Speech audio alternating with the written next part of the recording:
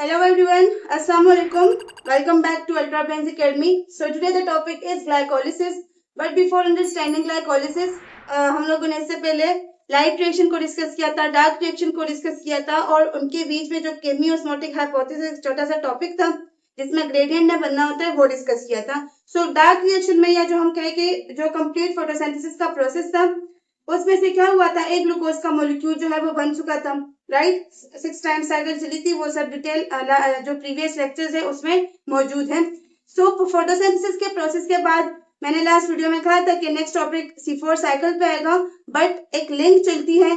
पहले फोटोसिंथेसिस का प्रोसेस होता है, ग्लूकोज बनता है, फिर वो ग्लूकोज जो है वो रिस्पायरेशन में एंटर होता है, क्लियर, उसकी रिस्पायरेशन होती है. सो इस वजह से पहले उस लिंक को कंप्लीट करते हैं, उस पाथवे को कंप्लीट करते हैं, उसके बाद फिर हम लोग C4 साइकिल को भी डिस्कस करेंगे. So before understanding the topic glycolysis, थोड़ा सा उससे पहले देखते हैं कि रिस्पायरेशन हमारे पास क्या है.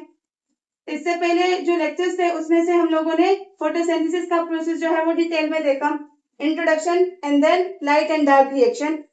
आज हम लोग रिस्पायरेशन का प्रोसेस स्टडी करेंगे. सो जैसे जूनियर क्लासेस में हम कहते थे कि रिस्पायरेशन का प्रोसेस क्या है, फूड के मॉलिक्यूल्स की ब्रेकडाउन होगी और एनर्जी की प्रोडक्शन होगी, यही पॉइंट था. लेकिन अब थोड़े से जो है टर्म्स को डिफरेंट यूज करना है, बाकी कॉन्सेप्ट वही है, मीनिंग उसका वही है. अगर हम लोग रिस्पायरेशन के प्रोसेस की बात करें, अगर इसके डेफिनेशन की हम बात करें, so it is now defined as oxidation और ब्रेकडाउन ऑफ फूड मॉलिक्यूल्स. यहाँ पे फूड मॉलिक्यूल्स के लिए हम लोग क्या टर्म यूज करेंगे, सबस्ट्रेट, राइट. सो इसका डेफिनेशन क्या लिखेंगे हम लोग, ऑक्सीडेशन और ब्रेकडाउन ऑफ सबस्ट्रेट. अब ये सबस्ट्रेट यहाँ पे क्या है, सबस्ट्रेट वही फूड मॉलिक्यूल्स है जो हम लोग इससे पहले पढ़ते थे कि फूड मॉलिक्यूल्स की ब्रेकडाउन हो जाती है. सो यहाँ पे क्या है, फूड मॉलिक्यूल्स मतलब सबस्ट्रेट्स की, ब्रेकडाउन का मतलब ऑक्सीडेशन. रिस्पायरेशन जो है ये एक ऑक्सीडेटिव प्रोसेस है, क्लियर, क्योंकि इसमें ऑक्सीडेशन होती है. अब आप पॉइंट्स पे देखेंगे जब हम ग्लाइकोलिसिस, क्रेब साइकिल, ETC ये सब स्टडी करेंगे तो उसमें आपको जहां जहां पे ऑक्सीडेशन होगी आपको खुद पता चलेगा दैट यस जो रिस्पायरेशन का प्रोसेस है तो वो क्या है, एक ऑक्सीडेटिव प्रोसेस है, क्योंकि उसमें ऑक्सीडेशन होती है, किसकी, सबस्ट्रेट्स की या फिर फूड मॉलिक्यूल्स की. क्यों, टू रिलीज एनर्जी.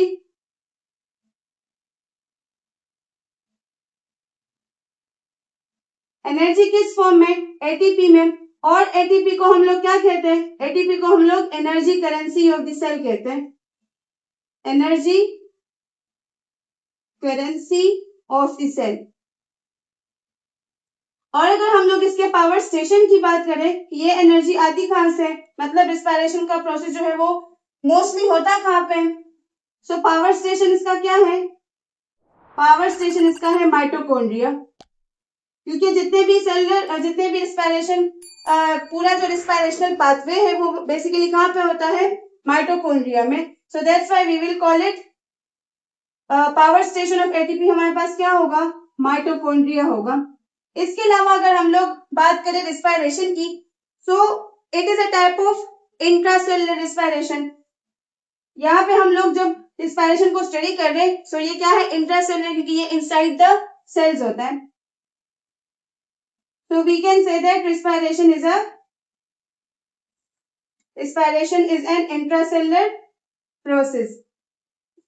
इसके अलावा अगर हम लोग देखें तो ये एक सिंगल स्टेप मैकेनिज्म नहीं है, बल्कि एक पूरा पाथवे चलता है, क्लियर. इसके अलावा ये क्या है, not a single step mechanism.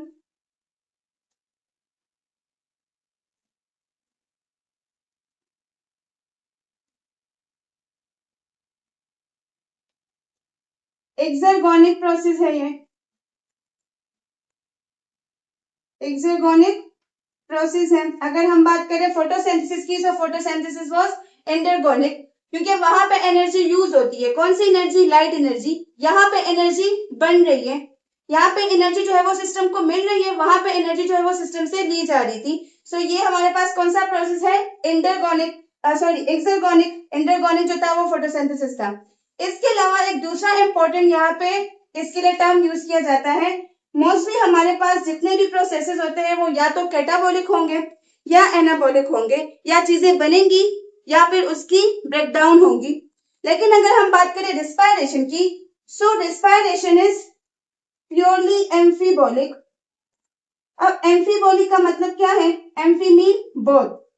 जिस तरह से हम लोग एम्फीबियंस के बारे में स्टडी करते हैं कि वो वाटर पे भी रहते हैं, एक्वाटिक भी है और टेरेस्ट्रियल भी है, लैंड पे भी रहते हैं। सो एम्फीबियंस, यहाँ पे एम्फीबोलिक का मतलब क्या है कि रिस्पायरेशन एम्फीबोलिक है, मींस के इसमें कटिंग भी होगी और इसमें फॉर्मेशन भी होगी। अगर हम ग्लाइकोलिसिस की बात करें या क्रेब्स साइकिल की, तो यहाँ पे फिलहाल चीजें जो है वो बनेंगी, राइट। कटिंग भी साथ साथ में होगी, लेकिन आपको एम्फीबोलिक जो टर्म है ये ज्यादा अच्छे से समझ तब आएगा जब हम लोग cellular respiration of fats and proteins को स्टडी करेंगे, राइट। वहां पे आपको जो स्केच पूरा मैं दिखाऊंगी उसमें आपको ये चीज क्लियर हो जाएगी कि अच्छा कहाँ पे कैटाबॉलिज्म हो रहा है और कहाँ पे एनाबॉलिज्म हो रहा है, राइट। तो रिस्पायरेशन एक ऐसा प्रोसेस है जिसमें एम्फी बोथ मतलब कैटाबॉलिज्म भी हो रहा होता है और एनाबॉलिज्म भी हो रहा होता है, चीजें बन भी रही होती है और उसकी ब्रेकडाउन भी होती है, क्लियर। इसके अलावा अगर हम लोग देखें तो रिस्पायरेशन के लिए अगर हम रिस्पायरेटरी सबस्ट्रेट्स की बात करें, if we talk about the respiratory substrates, so most common क्या है? most common हमारे पास, या इसको हम लोग मेटाबॉलिक सबस्ट्रेट भी कहते हैं कि इन्हीं की मेटाबॉलिज्म हो रही होती है। सो मोस्ट कॉमन अगर हम यहाँ पे मेटाबॉलिक सबस्ट्रेट की बात करें दैट इज ग्लूकोज। सो इसका ये मतलब नहीं है कि हम लोग फूड में जस्ट ग्लूकोज ले रहे हैं, हम फूड में क्या ले रहे हैं? हम फूड में प्रोटीन्स भी ले रहे हैं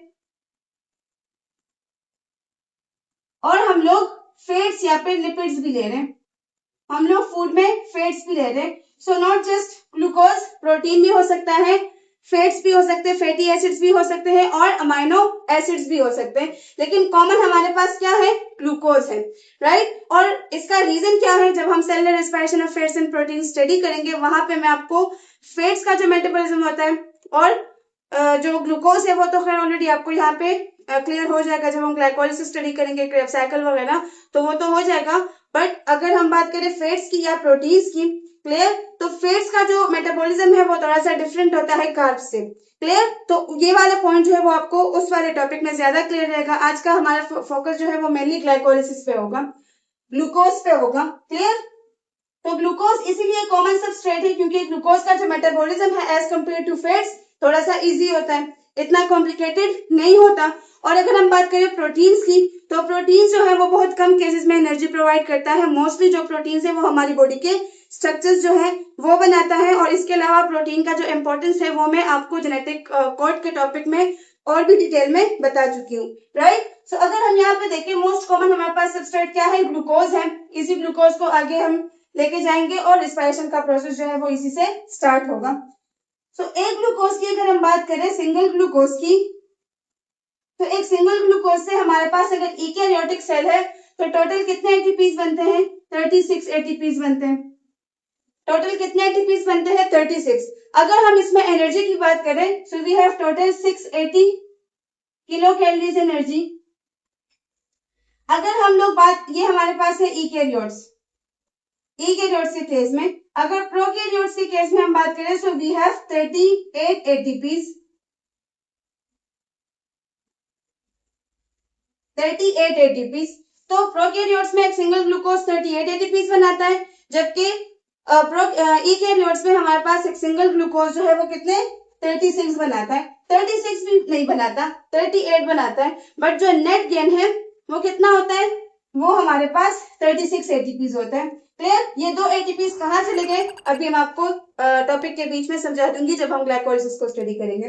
इतना आप लोग को क्लियर हुआ कि हमारे पास जो कॉमन वो है रिस्पायरेशन का प्रोसेस है, तो उसमें से जो कॉमन रिस्पायरेटरी या मेटाबॉलिक सबस्ट्रेट है तो वो क्या है? वो ग्लूकोज है, क्लियर। फैट्स का जो मेटाबॉलिज्म है वो थोड़ा सा डिफरेंट होता है। और अगर प्रोटीन्स की बात करें तो प्रोटीन्स जो है वो मोस्टली स्ट्रक्चर्स बनाने में और फंक्शंस परफॉर्म करने पे फोकस करता है, ना कि एनर्जी। एनर्जी जो है वो बहुत कम केसेस में प्रोवाइड करता है। पहले हमारी बॉडी कार्ब्स यूज करती है, देन फैटी एसिड्स यूज करती है। फास्टिंग कंडीशंस में मोस्टली फैटी एसिड्स या फैट्स जो है वो यूज होते हैं। एंड देन अगर पॉसिबल हुआ तो फिर जाके अगर कार्बोहाइड्रेट्स की डेफिशिएंसी हुई, शुगर्स की डेफिशिएंसी हुई या फिर फैट्स की डेफिशिएंसी हुई तो फिर प्रोटीन्स जो है वो आते हैं और वो एनर्जी प्रोवाइड करने का काम करते हैं, राइट। तो अगर हम लोग बात करें ग्लूकोज की, तो एक सिंगल ग्लूकोज जो है C6H12O6 CO2 के साथ 6O2 के मॉलिक्यूल जब इसकी ऑक्सीडेशन होगी तो ये क्या बनेगा, 6CO2 के मॉलिक्यूल्स बनाएगा।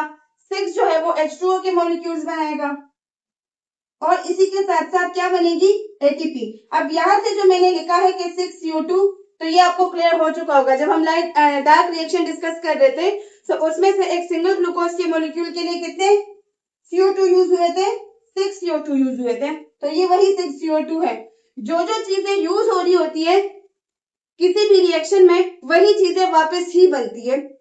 अगर हम रेस्पिरेशन और फोटोसिंथेसिस के प्रोसेस की बात करें तो वहां पे जैसे डार्क रिएक्शन में 6 RuBP यूज हुए थे वही 6 RuBP ही वापस रीजनरेट हुए।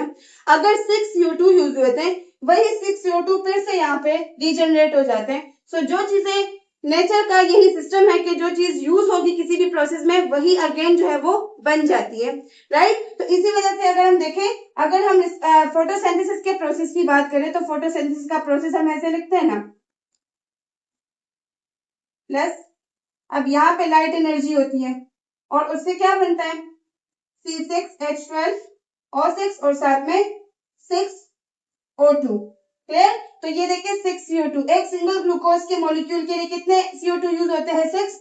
लास्ट हम लोगों ने साइकिल में इसको डिस्कस किया था। और ये जो ऑक्सीजन है, ये ऑक्सीजन कहाँ से आया था, जब फोटो सिस्टम 2 में ऑक्सीजन इवॉल्विंग कॉम्प्लेक्स था, वो जब वाटर की स्प्लिटिंग कर रहा था तो वहां से क्या निकल रहा था, ऑक्सीजन। और वो ऑक्सीजन जो था ये हमारे पास बाय प्रोडक्ट होता है और यही एटमॉस्फेयर की तरफ रिलीज होता है, फिर हम इसी को इनहेल करते हैं। सो ये बेसिकली हमारे पास पूरा प्रोसेस है फोटोसिंथेसिस का और उसके बाद से फिर स्टार्ट हो जाता है रिस्पायरेशन।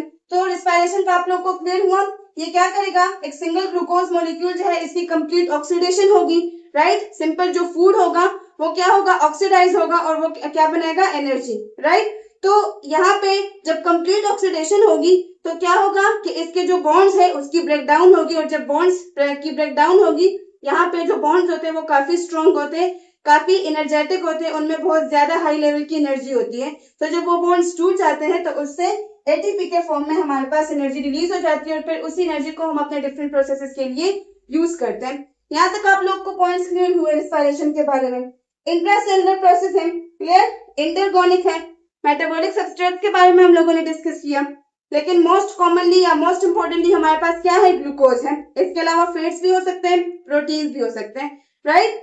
और अगर हम लोग देखें तो एक सिंगल ग्लूकोज के मॉलिक्यूल के लिए कितने 6 CO2 रिक्वायर्ड होते हैं, 6 H2O और साथ में सनलाइट की एनर्जी।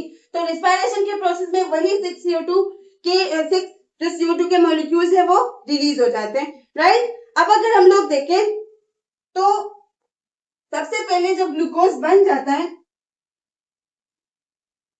तो ये ग्लूकोज हमने फूड लिया, उसमें क्या है शुगर से, फॉर एग्जांपल हमने कोई फ्रूट वगैरह लिया, जैसे कि कोई ऑरेंज लिया या फिर ग्रेप्स, उसमें क्या प्रेजेंट होते हैं, कार्बोहाइड्रेट्स प्रेजेंट होते हैं, मतलब उसमें क्या था, शुगर था, ग्लूकोज इसमें प्रेजेंट होता है। तो उस ग्लूकोज की क्या होगी, ग्लाइकोलिसिस होगी। उस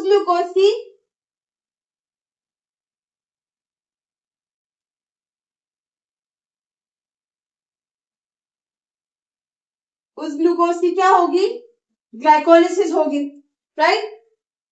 इसको हम लोग क्या कहते हैं, ग्लाइकोलिसिस में क्या होता है, ग्लाइकोलिसिस में एटीपी प्रोडक्शन होता है, एटीपी प्रोडक्शन होता है जिसको हम लोग फॉस्फोराइलेशन भी कहते हैं। अगर आप लोगों ने लाइट और डार्क रिएक्शंस देखे हैं वो वाले प्रीवियस लेक्चर्स, तो फॉस्फोराइलेशन आप लोग को अच्छे से क्लियर होगा अभी। तो अगर हम ग्लाइकोलिसिस की बात करें, यही सिंगल ग्लूकोज जो है, यहाँ पे देखिए ग्लाइको का वर्ड हमेशा कार्ब्स के लिए यूज होता है, राइट। और लाइसिस का मतलब क्या है, स्प्लिटिंग। तो इसी ग्लूकोज मॉलिक्यूल की क्या होगी, स्प्लिटिंग होगी, ग्लाइकोलिसिस होगा। और ग्लाइकोलिसिस में कुछ एटीपी और कुछ प्रोडक्ट्स दूसरे बनेंगे, वही प्रोडक्ट्स जो है वो इंटर होंगे क्रेब्स साइकिल में, और क्रेब्स साइकिल और जो ग्लाइकोलिसिस है इन दोनों से में मिलकर जो प्रोडक्ट्स बनेंगे वही प्रोडक्ट्स जाके ईटीसी में एटीपी की प्रोडक्शन करेंगे। सेम उसी तरह का ग्रेडियंट बनेगा जिस तरह से डार्क रिएक्शन में बना था, राइट। केमियोस्मोटिक हाइपोथेसिस जब हम डिस्कस कर रहे थे वहां पे जो ग्रेडियंट बना था सेम उसी तरह का ग्रेडियंट यहाँ पे भी बनेगा, बट चीजें इसलिए डिफरेंट होंगी क्योंकि वो प्लांट्स थे और यहाँ पे हम लोग एनिमल्स में इस प्रोसेस को डिस्कस करेंगे। सो अगर हम ग्लाइकोलिसिस की बात करें तो ये एक यूनिवर्सल प्रोसेस है, यूनिवर्सल प्रोसेस है ना। Why it is universal? क्योंकि ये हर एक सेल में प्रेजेंट, मतलब ये हर एक सेल में अकर होता है। जो ग्लाइकोलिसिस का प्रोसेस है वो हर एक सेल में प्रेजेंट होता है, जितनी भी लाइफ फॉर्म्स है उन सब में ग्लाइकोलिसिस का प्रोसेस जो है वो होता है, राइट। क्योंकि ये क्या है, ये एनारोबिक कंडीशन में होता है,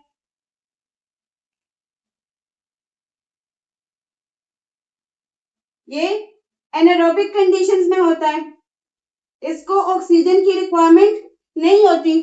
तो हमारे पास जब अर्थ सरफेस पे फर्स्ट ऑर्गेनिज्म आया उस टाइम अर्थ सरफेस पे फ्री ऑक्सीजन नहीं था, कोई भी ऑर्गेनिज्म उसको आसानी से कंज्यूम नहीं कर सकता था, राइट। तो उस टाइम भी ग्लाइकोलिसिस का प्रोसेस जो है वो ऑर्गेनिजम्स में देखा जा चुका है कि ग्लाइकोलिसिस का प्रोसेस उनमें होता है, राइट। तो इसी वजह से ये क्या है, इसको हम लोग यूनिवर्सल पाथवे कहते हैं, इसको हम लोग यूनिवर्सल प्रोसेस कहते हैं क्योंकि ये एनारोबिक कंडीशन में ही होता है।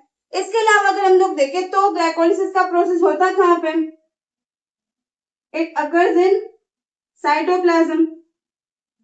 ये कहाँ पे होता है? साइटोप्लाज्म में होता है। सेल के अंदर जो साइटोप्लाज्म है, आप लोग को इसके बारे में पता होगा, फर्स्ट चैप्टर में हम डिटेल में इसके बारे में डिस्कस कर चुके हैं, सेल स्ट्रक्चर एंड फंक्शन में साइटोप्लाज्म के बारे में। तो उसी साइटोप्लाज्म में जो है ग्लाइकोलिसिस का प्रोसेस होता है।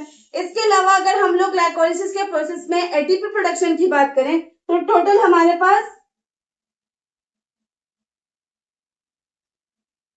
टोटल ज्यादा होती है, अभी हम प्रोसेस में डिस्कस करेंगे कि कितना, लेकिन नेट गेन हमारे पास एटीपीज का कितना होता है? 2 एटीपीज। नेट गेन एटीपीज का कितना होता है ग्लाइकोलिसिस के प्रोसेस में? 2 एटीपीज। इसके अलावा इसमें यूज होते हैं एंजाइम्स, डिफरेंट प्रोसेस स्टेप्स में डिफरेंट एंजाइम्स यूज होते हैं, कोएंजाइम्स यूज होते हैं, कोएंजाइम्स यूज होते हैं, एंजाइम्स यूज होते हैं। और अगर हम बात करें ग्लाइकोलिसिस की तो ग्लाइकोलिसिस में इसको हम लोग ईएमपी पाथवे भी कहते हैं। ईएमपी पाथवे इसको इसलिए कहते हैं क्योंकि इसको 3 साइंटिस्ट या जोलॉजिस्ट जो एम्पटन है, परनास और मेयरहोफ, एम्पटन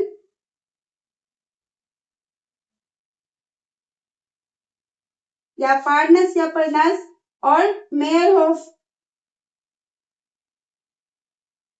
इन तीनों ने इसको क्या किया था? डिस्कवर किया था। इसी वजह से इसको हम लोग ईएमपी पाथवे भी कहते हैं। इन तीनों साइंटिस्ट ने इंडिविजुअली इस पे काम किया था और इनको फिर फाइनल में क्या हुआ, इस रिजल्ट पे वो पहुंचे कि हाँ इस तरह का प्रोसेस जो है वो एनिमल्स में चलता है सेलुलर बेस पे। और इसके रिजल्ट में क्या होता है? एनएडीएच की फॉर्मेशन होती है, एटीपी की फॉर्मेशन होती है, एटीपी वगैरह जो है वो यूज भी होते हैं। तो सिंपल ग्लाइकोलिसिस के बारे में किसने बताया था? Embden, Parnas and Meyerhof. Let me check out the video. So हमारे पास ग्लाइकोलिसिस क्या है? एक यूनिवर्सल प्रोसेस है, एनारोबिक कंडीशंस में होता है और हर एक टाइप जितने भी सेल्स हैं, जितनी भी लाइफ फॉर्म्स हैं अर्थ सरफेस पे उन सब में होता है। इसके अलावा अगर हम लोग देखें तो हमारे पास जो ग्लाइकोलिसिस का प्रोसेस है ये 2 स्टेप्स में कंप्लीट होता है।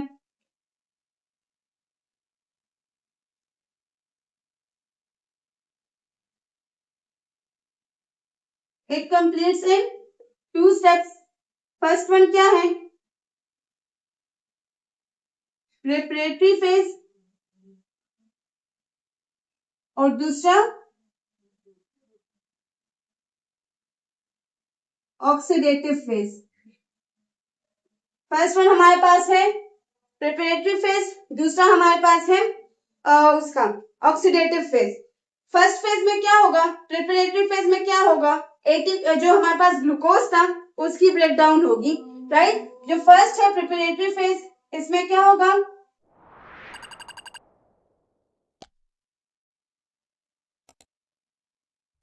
तो वीडियो स्टॉप हो गई थी कई बीच में। खैर हम डिस्कस कर रहे थे preparatory phase of glycolysis. So preparatory phase में क्या होता है, ब्रेकडाउन ऑफ ग्लूकोज होता है, राइट। और उसके साथ साथ एटीपी यहाँ पे फिलहाल यूटिलाइज होता है, एटीपी यूटिलाइजेशन। और फिर उसके बाद ऑक्सीडेटिव प्रिपरेटरी फेज में क्या होता है, एटीपी जो है वो यूटिलाइज होता है, राइट। हमने कहा कि ग्लाइकोलिसिस के प्रोसेस में जो है एटीपी जो है वो बनते हैं, बट अगर हम लोग प्रिपरेटरी फेज की बात करें तो उसमें क्या होता है, उसमें हमारे पास एटीपी की यूटिलाइजेशन होगी फॉर अ टाइम बीइंग। और उसके बाद फिर अगर हम ऑक्सीडेटिव फेज की बात करें तो ऑक्सीडेटिव फेज में फिर हमारे पास क्या हो जाता है, प्रोडक्शन ऑफ एटीपी। सो हम जो कहते हैं कि हमें नेट गेन कितना होता है एटीपी का, 2 एटीपी जो है वो ग्लाइकोलिसिस के प्रोसेस में बनती है। तो वो 2 एटीपी कहाँ पे बनती है, वो 2 एटीपी जो है वो बनती है ऑक्सीडेटिव फेज में, राइट। तो ये था हमारे पास छोटा सा इंट्रोडक्शन ग्लाइकोलिसिस का, जिसमें क्या होता है, शुगर्स की स्प्लिटिंग होती है। लाइसिस का मतलब क्या है, स्प्लिटिंग। इसके अलावा ये एक यूनिवर्सल प्रोसेस है, it is found in any kind of cell. जितने भी हमारे पास सेल्स के टाइप से जितनी भी लाइफ फॉर्म्स हैं उन सब में ग्लाइकोलिसिस का प्रोसेस होगा, क्योंकि ये एक एनारोबिक प्रोसेस है। इसके लिए कोई ऑक्सीजन रिक्वायर्ड नहीं है, इवन हमारी बॉडी में भी होता है। हमारी बॉडी में भी वो है ग्लाइकोलिसिस का एनारोबिक रिस्पायरेशन है, तो वो हमारी बॉडी में भी होता है, क्योंकि उसके लिए ऑक्सीजन रिक्वायर्ड नहीं होती। सो इस तरह से ग्लाइकोलिसिस भी क्या है, एक एनारोबिक प्रोसेस है। इसी वजह से ये यूनिवर्सल प्रोसेस है, हर एक लाइफ फॉर्म में प्रेजेंट होता है, साइटोप्लाज्म में होता है। ज्यादातर ये क्वेश्चन अक्सर कॉम्पिटिटिव एग्जाम्स में पूछ लिया जाता है कि ग्लाइकोलिसिस जो है वो कहाँ पे होता है। सो यू मस्ट नो कि वो साइटोप्लाज्म में होता है। कितनी एटीपीज रिलीज होती है, 2 एटीपीज। नेट गेन 2 एटीपीज का होता है, जबकि टोटल प्रोडक्शन 4 एटीपीज की होती है। एंजाइम्स और कोएंजाइम्स जैसे कि एनएडी या फिर एफएडी है वो यूज होंगे, और इसको हम लोग ईएमपी पाथवे भी कहते हैं। ये भी कई दफा कॉम्पिटिटिव एग्जाम्स में पूछा जा चुका है एमडीकेट में कि इसको ईएमपी पाथवे क्यों कहा जाता है। सो इन्हीं साइंटिस्ट की वजह से, एम्पटन, परनास एंड मेयरहोफ, राइट। इसके 2 फेजेस होते हैं, प्रिपरेटरी फेज और ऑक्सीडेटिव फेज। एक में जो है ब्रेकडाउन होगी ग्लूकोज की, एटीपी यूटिलाइज होगा। दूसरे में हमारे पास पायरुवेट बनेगा और एटीपी की प्रोडक्शन होगी, और वही पायरुवेट पर जाके लिंक रिएक्शन करवाएगा, और लिंक रिएक्शन से फिर जो क्रेब साइकिल है वो स्टार्ट होगा, राइट। तो चलिए स्टार्ट करते हैं अपने ग्लाइकोलिसिस के प्रोसेस को। तो ग्लाइकोलिसिस के प्रोसेस को स्टार्ट कौन करवाएगा, इनिशिएट कौन करवाएगा, जब एक शुगर मॉलिक्यूल, हमने कोई फूड लिया और उस फूड में क्या था, ग्लूकोज था, तो वही ग्लूकोज जो है वो क्या करेगा, सेल्स में जाके उसकी ग्लाइकोलिसिस स्टार्ट हो जाएगी। क्लियर। तो first of all if we see, हमारे पास एक 6 कार्बन का शुगर आया जिसका नाम है ग्लूकोज।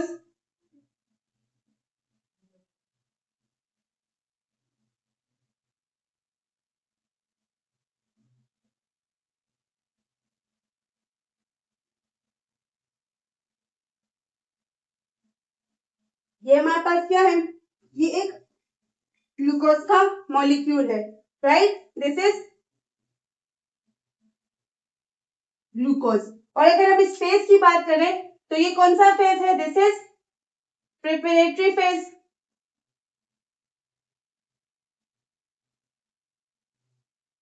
इसमें क्या हुआ, एक 6 कार्बन ग्लूकोज जो है वो इंटर हुआ, इससे ग्लाइकोलिसिस का प्रोसेस जो है वो स्टार्ट हुआ। अब ये ग्लूकोज जो है ये कन्वर्ट हो जाएगा किस में,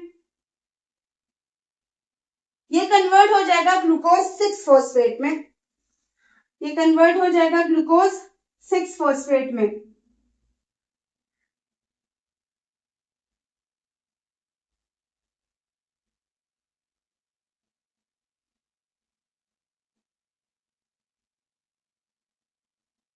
ये किस चीज में कन्वर्ट हो जाएगा, इसके साथ एक फॉस्फेट जो है वो ऐड हो जाएगा। क्लियर। तो अगर हम यहाँ पे देखें, यहाँ पे एक एटीपी की ब्रेकडाउन होगी, वो कन्वर्ट होगा एडीपी में, और उससे जो फॉस्फेट था वो फॉस्फेट यहाँ पे इसके साथ बाइंड हो जाएगा। तो ये क्या कर लेगा, ये क्या बनाएगा, ये बनाएगा ग्लूकोज 6 फॉस्फेट। अब इसका रीजन क्या है, यहाँ पे क्या बना, ग्लूकोज 6 फॉस्फेट। नॉर्मली अगर हम ग्लूकोज की बात करें तो ग्लूकोज जो है ये एक न्यूट्रल मॉलिक्यूल है।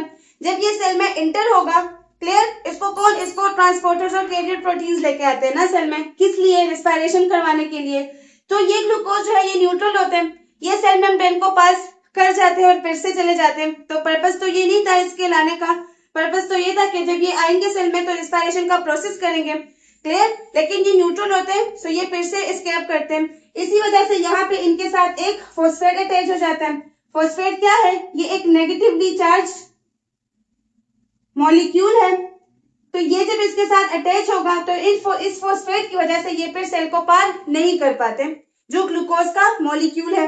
तो ये क्या कर लेते हैं, ये रिस्पायरेशन जो है वो स्टार्ट कर देते हैं, ठीक है, ग्लाइकोलिसिस का प्रोसेस स्टार्ट हो जाता है। तो यहाँ पे फॉस्फेट के एडिशन का पर्पस क्या था कि ये फिर से ग्लूकोज जो है वो सेल मेम्ब्रेन को क्रॉस ना कर ले और ये फिर से सेल को छोड़ ना दे, क्लियर। तो ये कन्वर्ट हो जाएगा ग्लूकोज 6 फॉस्फेट में। अब ये ग्लूकोज 6 फॉस्फेट जो है ये फिर से इसकी कन्वर्जन होगी और ये ग्लूकोज 6 फॉस्फेट जो है ये कन्वर्ट हो जाएगा फ्रुक्टोज 6 फॉस्फेट पे, अपने ही एक आइसोमर में ये कन्वर्ट हो जाएगा।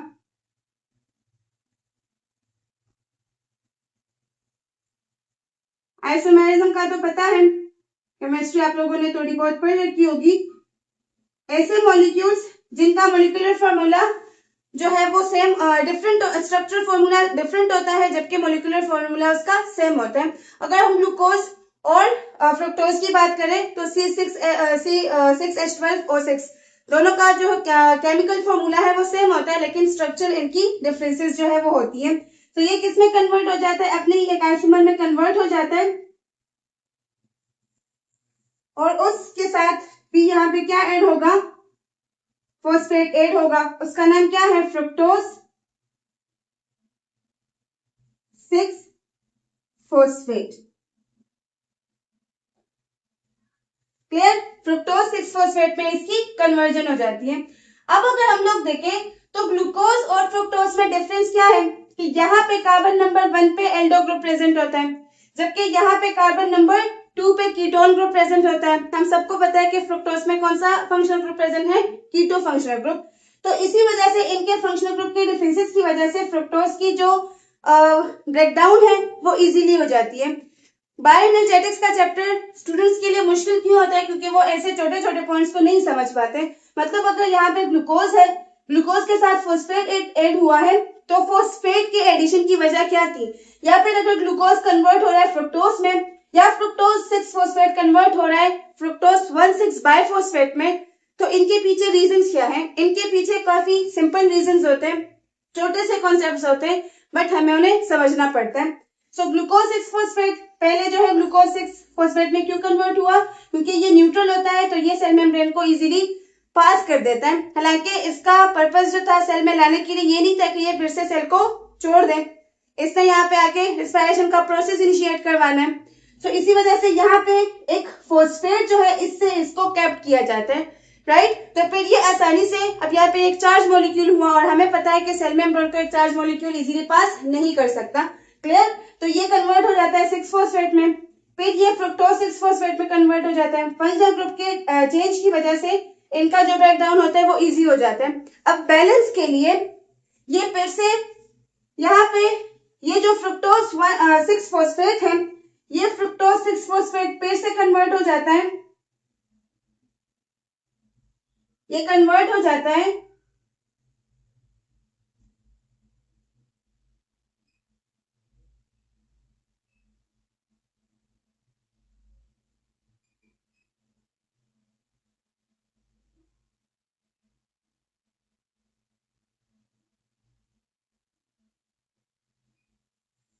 ये जो फ्रुक्टोज 6 फॉस्फेट है ये कन्वर्ट हो जाता है फ्रुक्टोज 1,6 बाइफॉस्फेट में, फ्रुक्टोज 1,6-बाइफॉस्फेट में कन्वर्ट हो जाता है, क्योंकि इसी ने आगे जाके क्या करना है, एक दो मॉलिक्यूल्स में कन्वर्ट होना है।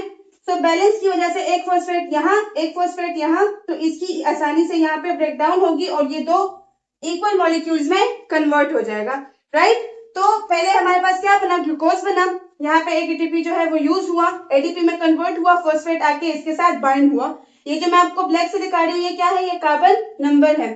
सो 1 2 3 4 5 6 का ग्लूकोज क्या है, 6 कार्बन का एक मॉलिक्यूल है। इसके साथ फॉस्फेट ऐड हुआ, एक एटीपी यहाँ पे यूज हुआ। हमने कहा था कि प्रिपरेटरी फेज में क्या होता है, एटीपी की यूटिलाइजेशन होती है। So this is the utilization of ATP.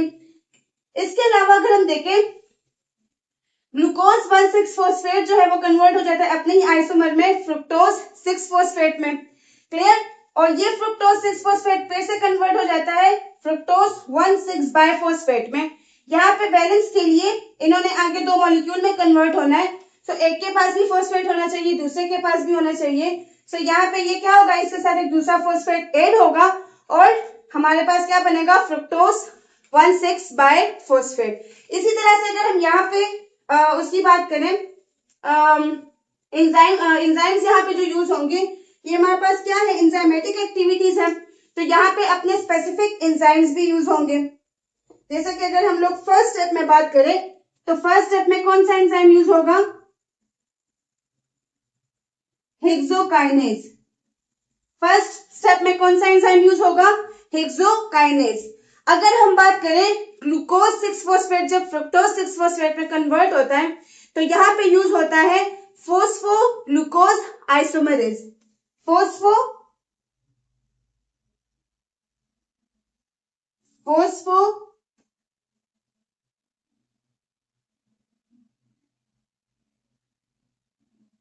I don't know marker को क्या हो जाता है,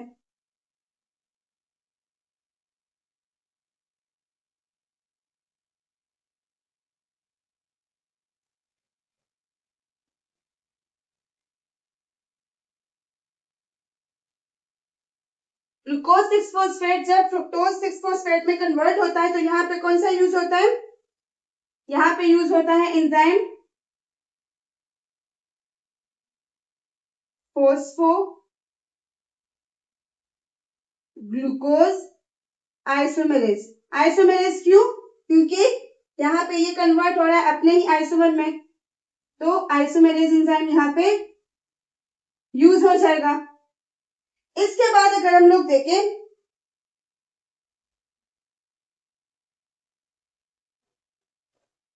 अगर हम बात करें फ्रुक्टोज 6 फॉस्फेट की, फ्रुक्टोज 6 फॉस्फेट जब कन्वर्ट होता है फ्रुक्टोज 1,6 बाइफॉस्फेट में, तो यहाँ पे यूज होता है फोस्फोफ्रुक्टोकाइनेज।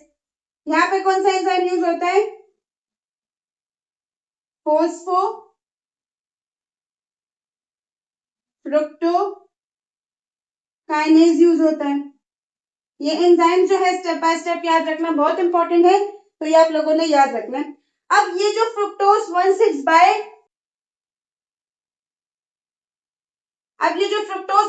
बाइफॉस्फेट है, ये फ्रुक्टोज 1,6 बाइफॉस्फेट जो है ये कन्वर्ट होगा दो मॉलिक्यूल्स में। Let me check out the video, आप लोग को दिखाई दे रहे हैं। अब ये जो फ्रुक्टोज 1,6 बाइफॉस्फेट है, ये फ्रुक्टोज 1,6 बाइफॉस्फेट दो मॉलिक्यूल्स में कन्वर्ट होगा। एक के अगर हम शॉर्टकट की बात करें तो वो है DHAP, dihydroxy acetone phosphate. Dihydroxy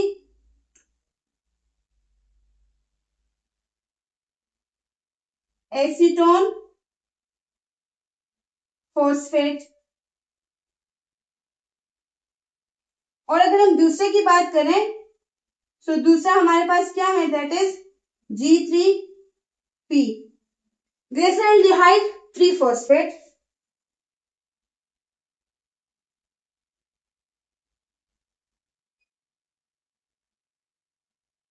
glyceraldehyde 3 phosphate में कन्वर्ट हो जाते हैं। दो मॉलिक्यूल्स है, दोनों क्या है, 3 कार्बन कंपाउंड्स हैं, इसमें कन्वर्ट हो जाते हैं। अब ये जो DHAP है, यहाँ पे अब ये जो DHAP है यहाँ पे मोस्टली ये कहा जाता है कि ये अनस्टेबल होता है, इस वजह से ये G3P में कन्वर्ट हो जाता है। अनस्टेबिलिटी की यहाँ पे कोई बात नहीं होती। बेसिकली यहाँ पे जो एंजाइम आगे मतलब G3P ने आगे यहाँ तक हमारे पास रिस्पिरेटरी जो प्रिपरेटरी फेज है वो पूरा हुआ। यही प्रिपरेटरी फेज से जो हमारे पास प्रोडक्ट्स आए, इंटरमीडिएट्स आए, these are not products, these are intermediates. ये इंटरमीडिएट्स आगे जाके जब ऑक्सीडेटिव फेज को में एंटर होंगे तो यहाँ पे जो एंजाइम्स यूज होंगे उन एंजाइम्स का जो एक्टिव साइट होता है वो सिर्फ G3P के मॉलिक्यूल्स के लिए एक्टिव होता है, राइट। तो इसी वजह से ये जो DHAP है ये भी बहुत जल्द कन्वर्ट हो जाते हैं, किसमें? G3P में कन्वर्ट हो जाते हैं। सो हमारे पास क्या होता है कि एक ग्लूकोज के मॉलिक्यूल के प्रिपरेटरी फेज में, ग्लाइकोलिसिस के प्रिपरेटरी फेज में 2 G3P के मॉलिक्यूल्स बन जाते हैं। और ये जो DHAP है ये G3P में एक एंजाइम के हेल्प से वो होता है, कन्वर्ट होता है। उसका नाम है triose phosphate isomerase. Triose phosphate isomerase. थोड़ा कंजेस्टेड है बट डिफरेंट मार्कर्स हैं, तो आपको क्लियर हो चुका होगा कि ये DHAP जो है ये कन्वर्ट हो जाता है G3P में ट्राइयोस फॉस्फेट आइसोमेरेज की हेल्प से। और यहाँ पे इसका DHAP का G3P में कन्वर्ट होने का रीजन क्या है? क्योंकि इससे आगे जिस एंजाइम ने काम करना है उस एंजाइम का जो एक्टिव साइट होता है वो G3P के लिए एक्टिव होता है, इसीलिए ये DHAP भी कन्वर्ट हो जाएगा किसमें? G3P में। अब ये हमारे पास क्या है? ये हमारे पास प्रिपरेटरी फेज है। प्रिपरेटरी फेज में क्या हुआ? हमारे पास सबसे पहले ग्लूकोज आया। ग्लूकोज की क्या हुई? ग्लूकोज जो था उसकी फॉस्फोराइलेशन हुई, वो कन्वर्ट हुआ किस चीज में? फॉस्फेट में कन्वर्ट हुआ, ग्लूकोज 6 फॉस्फेट में कन्वर्ट हुआ। ये ग्लूकोज 6 फॉस्फेट जो है ये फिर से फ्रुक्टोज 6 फॉस्फेट में कन्वर्ट हुआ। और अगर यहाँ पे आप लोग देखिए फ्रुक्टोज 6 फॉस्फेट जब कन्वर्ट हो रहा था फ्रुक्टोज 1,6 बाइफॉस्फेट में, तो यहाँ पे फिर से एक एटीपी की ब्रेकडाउन होगी। एक एटीपी जो है वो फिर से यहाँ पे इसकी ब्रेकडाउन होगी, क्योंकि यहाँ पे पहले एक फॉस्फेट था, यहाँ पे 2 है, तो यहाँ पे फिर से एक एटीपी जो है वो कन्वर्ट हो जाएगा एडीपी में और फॉस्फेट आके यहाँ पे बाइंड हो जाएगा।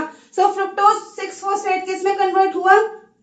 फ्रुक्टोज 1,6 बाइफॉस्फेट में, राइट। और लास्ट में DHAP और G3P के मॉलिक्यूल्स बने, तो DHAP भी कन्वर्ट हुआ डाइहाइड्रोक्सी एसीटोन फॉस्फेट भी किस में कन्वर्ट हुआ? ग्लिसरॉल्डिहाइड 3 फॉस्फेट में with the help of enzyme triose phosphate isomerase. So ये क्या था? प्रिपरेटरी फेज था। प्रिपरेटरी फेज में क्या बना? 2 G3P के मॉलिक्यूल्स बने। अब यही जो 2 G3P के मॉलिक्यूल्स हैं ये अब आगे जाके स्टार्ट करवाएंगे oxidative phase of glycolysis.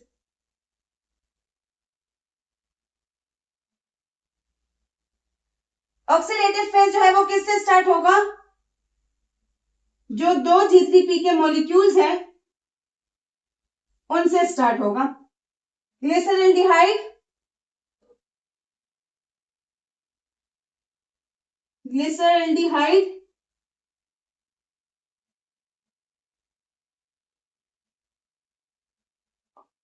3 phosphate, glyceraldehyde 3 phosphate. मैंने आपसे क्या कहा था कि जब ग्लाइकोलिसिस का प्रोसेस होता है तो टोटल प्रोडक्शन कितनी होती है एटीपीज की? 4 एटीपीज। टोटल प्रोडक्शन कितनी होती है? 4 एटीपीज। और ये क्या है? अगर हम यहाँ पे देखें लिखे या चले साथ साथ में फिर करते हैं। अगर यहाँ पे देखें टोटल प्रोडक्शन वो कितनी होगी? वो 4 एटीपीज होती है, लेकिन नेट गेन हमारे पास कितना होता है? नेट गेन हमारे पास 2 एटीपीज का होता है। नेट गेन हमारे पास 2 एटीपीज का होता है। 2 का क्यों होता है? क्योंकि 2 एटीपीज यहाँ पे ऑलरेडी यूज हुई, राइट। 2 एटीपीज यहाँ पे यूज हो गई, क्लियर। अब यहाँ पे क्या 2 एटीपीज हमारे पास बनेगी।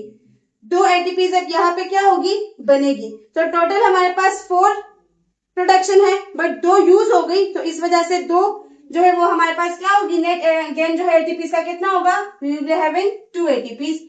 अब ये जो 2 G3 जो दो G3Ps हैं, अब ये स्टार्ट करवाएंगे किसको? ऑक्सीडेटिव फेज को।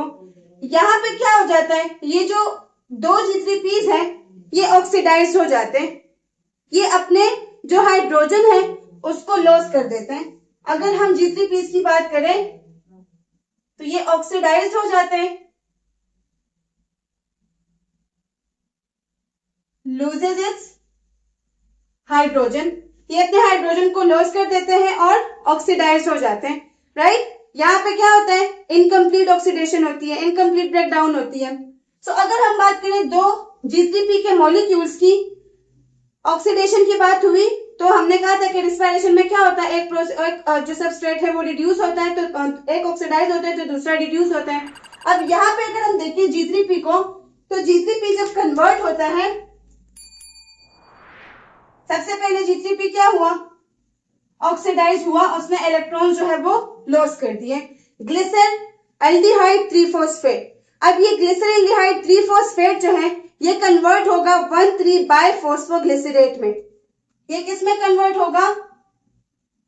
1,3-बाइफॉस्फो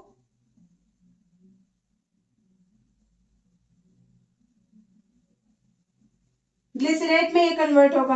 अब यहां से जो फॉस्फेट आके इसके साथ अटैच होगा, क्योंकि अगर यहाँ पे हम देखें यहाँ पे एक सिंगल फॉस्फेट है, बट यहाँ पे क्या है, यहाँ पे दो फॉस्फेट है, बाय हुए 2। तो ये एक फॉस्फेट जो है, ये फॉस्फेट कहां से आया? ये अब सिस्टम से आया, क्लियर, साइटोप्लाज्म से ही आया। तो अब यहाँ पे ये भी क्वेश्चन होता है कि अगर यहाँ पे हमने सिस्टम से लिया तो यहाँ भी तो ले सकते हैं, लेकिन यहाँ पे ऐसा नहीं हो सकता। जिस तरह से अगर हम लोग देखें क्लास में जो स्टूडेंट्स होते हैं, कुछ जो है वो सीरियस होते हैं स्टडीज के लिए, कुछ सीरियस नहीं होते। सिमिलरली यहाँ पे भी जब ग्लूकोज के मॉलिक्यूल्स एंटर होते हैं, से they all are not a type of glucoses जो कि रिस्पायरेशन के प्रोसेस के लिए सीरियस होते हैं। कुछ स्पेसिफिक ग्लूकोज के मॉलिक्यूल्स होते हैं जो कि आगे रिस्पायरेशन का प्रोसेस करवाते हैं, राइट। तो इसी वजह से अगर सिस्टम से इसको लेके बाइंड होना था तो फिर तो सारे ग्लूकोसेस के साथ पीआई ऐड हो जाता है, फिर तो पता ही नहीं चलता कि कौन सा ग्लूकोज जो है वो रिस्पायरेशन का प्रोसेस कर रहा है। इसी वजह से यहाँ पे क्या हो जाता है, हमने यहाँ पे एटीपी को तोड़ा और वही एटीपी जो है वो जाके उसमें से फॉस्फेट ग्लूकोज के साथ बाइंड हो जाता है। बट यहाँ पे तो ऑलरेडी प्रोसेस स्टार्ट हो चुका है, तो यहाँ पे वो चीज नहीं होती, हम सिस्टम से फॉस्फेट लेके उसको यहाँ पे बाइंड कर देते। सो 1,3-बाइफॉस्फोग्लिसरेट हमारे पास बन जाता है। अब यहाँ पे अगर हम देखें, यहाँ पे NAD जो है वो रिड्यूस हो जाता है, यहाँ पे NAD यहाँ पे रिड्यूस हो जाता है। ये जो H+ इसने लूज किए थे ये आगे इसको मिल जाते हैं, क्लियर। यहाँ पे NAD की रिडक्शन हो जाती है और ये जो H+ थे ये कौन ले लेता है? ये NADH ले लेता है, राइट। तो दो G3P है, यहाँ पे दो NADH भी बनेंगे और यहाँ पे दो हमारे पास 1,3-बाइफॉस्फोग्लिसरेट भी बनेंगे। 1,3-बाइफॉस्फोग्लिसरेट क्या है? अगर हम इसके स्ट्रक्चर को देखें,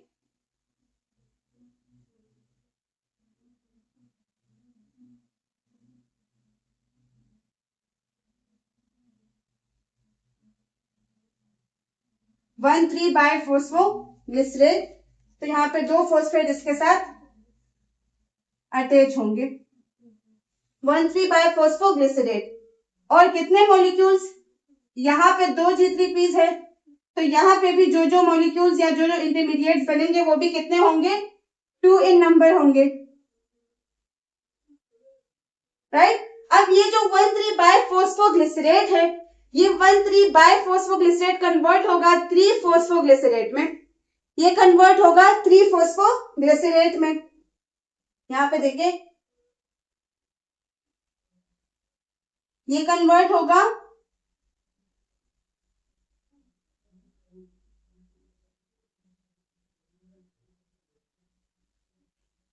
3-फॉस्फोग्लिसरेट में।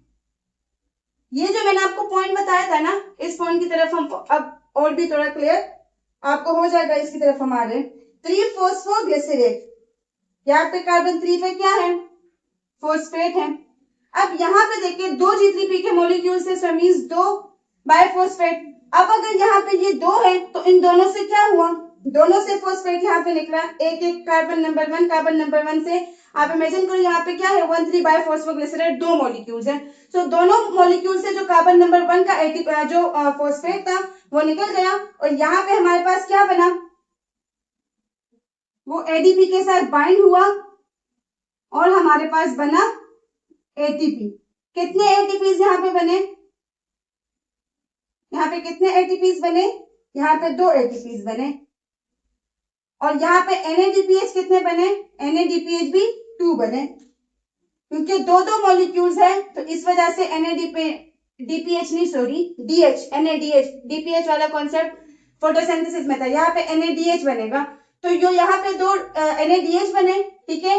यहाँ पे जब G3P की ऑक्सीडेशन हुई तो NAD क्या हुआ, रिड्यूस हुआ, इसने हाइड्रोजन ले लिए, NADH बना यहाँ पे, कितने 2, क्योंकि यहाँ पे मॉलिक्यूल्स भी कितने थे 2 थे। सेम यहाँ पे 1,3 बाइफॉस्फोग्लिसरेट्स कितने थे 2 थे। इन दोनों से कार्बन नंबर 1 का फॉस्फेट चला और वो जाके एडीपी के साथ बाइंड होके उसने क्या बना दी, 2 एटीपीज बना दी, राइट। तो हमने क्या कहा था कि टोटल प्रोडक्शन एटीपीज का कितना है 4 एटीपीज है, नेट गेन कितना होगा 2, तो उसमें से देखें 4 एटीपीज में से 2 एटीपीज तो हमें मिल चुके। अब आगे देखें तो ये जो 2 फॉस्फोग्लिसरेट है ये भी कितने हैं नंबर में, ये भी नंबर में कितने हैं, they are also 2 in number, they are also 2 in number. अब ये जो 3 फॉस्फोग्लिसरेट हैं ये 3 फॉस्फोग्लिसरेट कन्वर्ट होगा 2 फॉस्फोग्लिसरेट में, यहाँ पे कुछ भी नहीं होगा, यहाँ पे जस्ट इसकी कन्वर्जन होगी, कार्बन नंबर 3 से कार्बन नंबर 2 पे आएगा फॉस्फेट।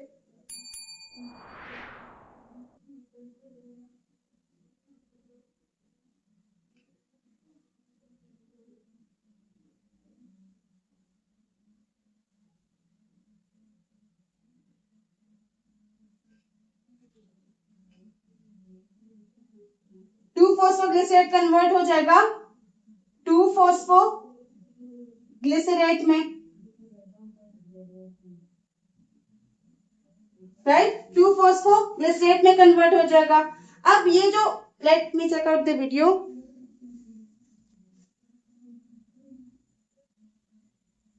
अब ये जो 2 फॉस्फोग्लिसरेट है, ये जो 2 फॉस्फोग्लिसरेट है ये अब इसकी फर्दर कन्वर्जन होगी। अब इसकी कन्वर्जन किस चीज में होगी, ये कन्वर्ट हो जाएगा फोस्फोइनोल पाइरुवेट में, ये कन्वर्ट हो जाएगा फोस्फोइनोल पाइरुवेट में, फोस्फोइनोल पाइरुवेट में,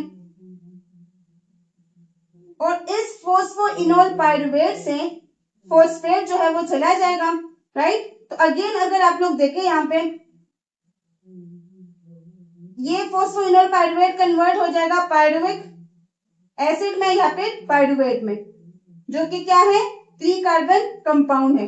बट यहाँ पे आप लोग देखें ये भी क्या थे 2 मॉलिक्यूल थे, ये फोस्फोइनोल भी कितने थे 2 मॉलिक्यूल्स, तो पाइरुवेट भी यहाँ पे कितने बने 2।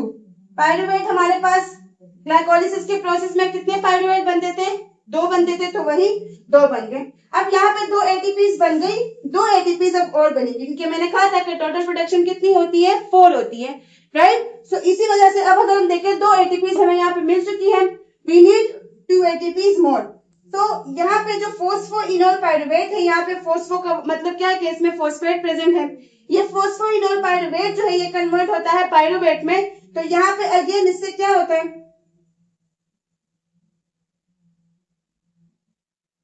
यहाँ पे अगेन जो है अगर हम लोग देखें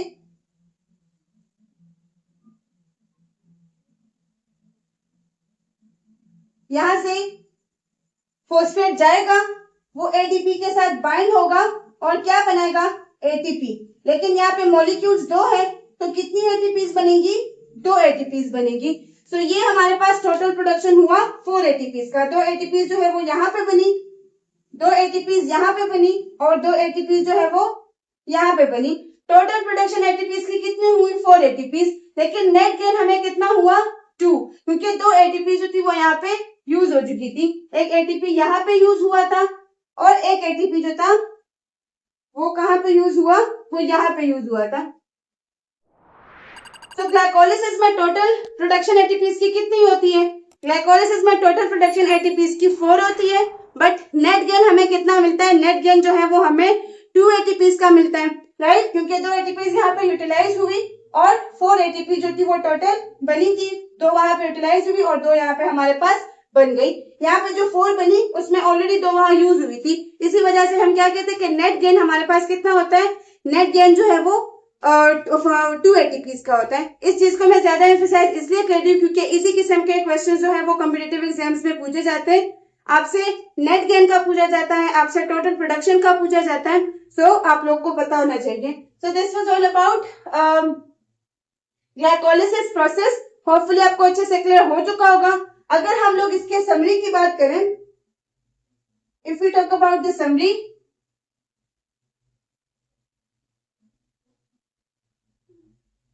तो टोटल हमारे पास एटीपीज जो है, टोटल एटीपीज कितनी बनती है हमारे पास? 4। और नेट गेन कितना होता है?